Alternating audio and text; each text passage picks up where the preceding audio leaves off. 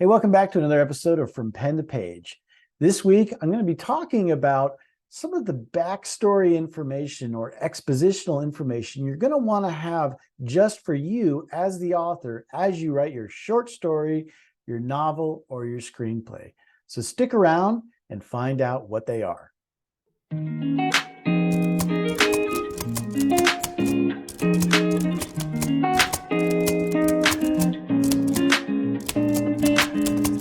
If you've paid attention in the past to the 5 things you should know before you write, this next section or this next couple of videos will be about stuff that you need to have with you as you write. And that is namely the construction documents. Now, what do I mean by construction documents? What I really mean is it's like expositional information you're going to want, or a reference sheet of things you want as the writer, okay? Why do you have this stuff? Because believe me, as you're writing, you're going to forget things. I forget stuff all the time. I even forgot character names as I was writing The Soothsayer. Okay. My new YA fantasy novel. It's now released on Amazon and Kindle Unlimited. Check it out now. There's my blurb. Okay. So even I have forgotten stuff, and I forget stuff all the time.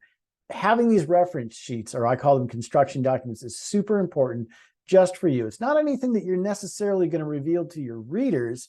It's just something that you want to have. And the first thing is a plot line. Now, I know what you're thinking. A plot line? What? Of course, I know my plot.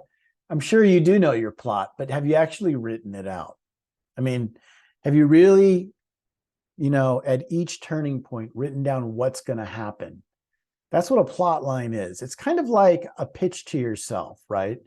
And you don't have to have the plot line in order. You don't have to have, first this starts this way, and then the protagonist does this, and then they do this, and then they do this, and then here's the finale. You don't have to have all the plot lines figured out.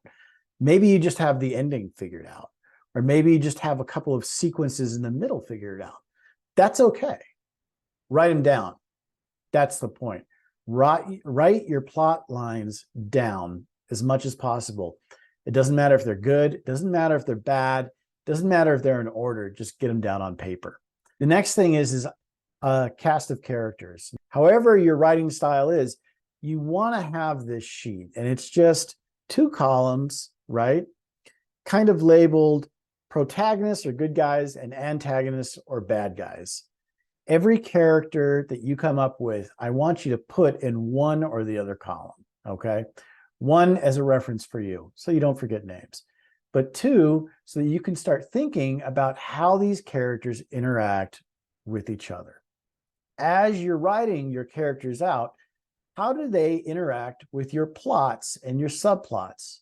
What's a subplot?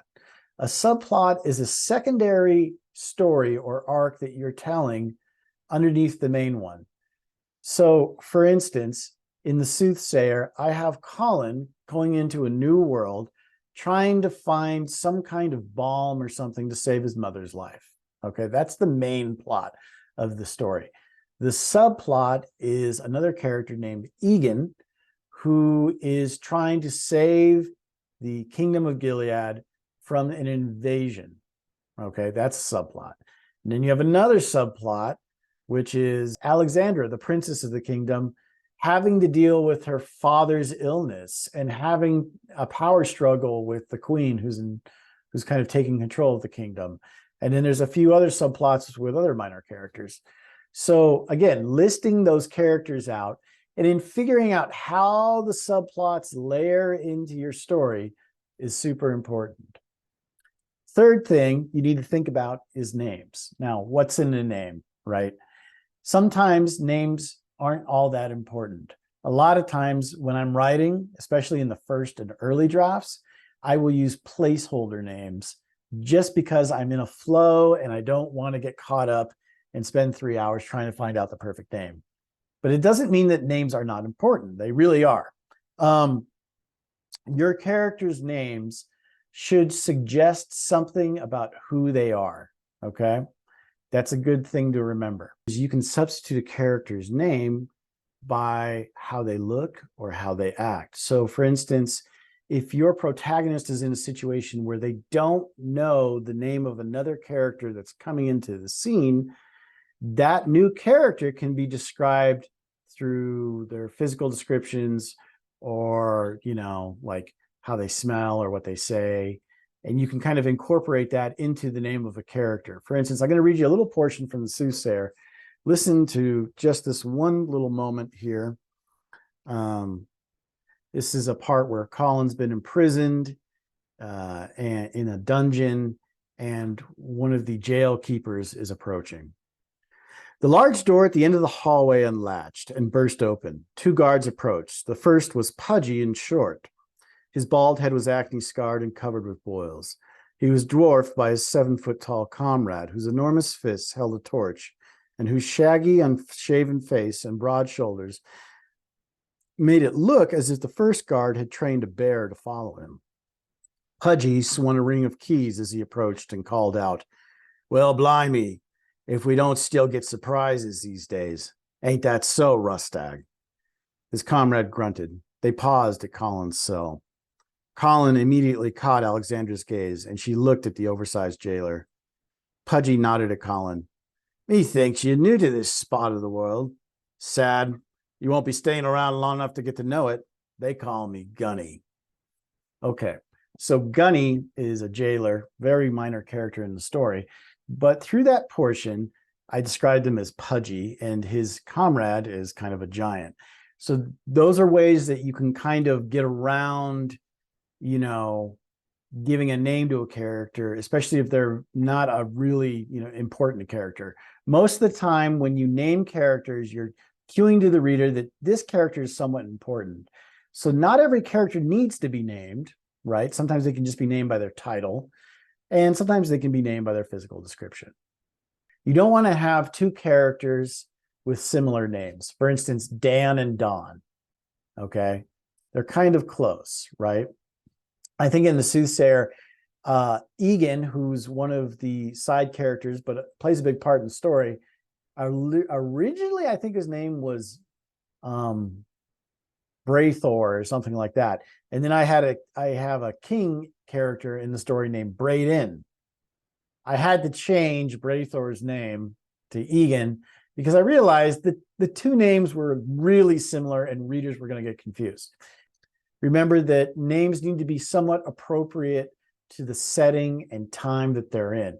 Now, Colin is from our world, so Colin's a fairly normal name.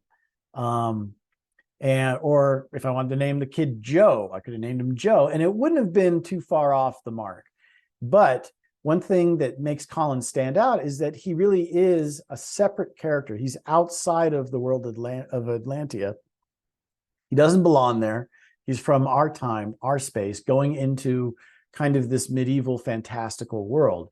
And so his name should not sound the way that the other characters' names are. You know, everything about him stands out, including his name.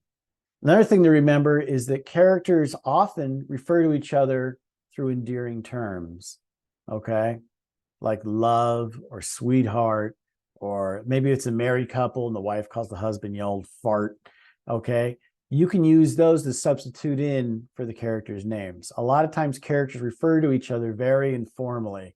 So just be careful with that. You can use them, and it's good to use them because it makes the dialogue more realistic, but just be aware of that. Names can also have meanings. So in my book, The Soothsayer, a lot of the characters' names are actually connections to biblical names, Old Testament names, or have meanings that, or have Gaelic meanings.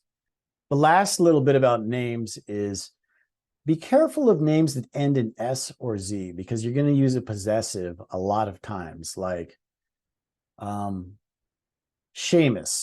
Okay, there's a name. Seamus. That's one way to spell it. Now, Seamus's spells sounds a little weird, right? Or Hans's sword. You see the problem there?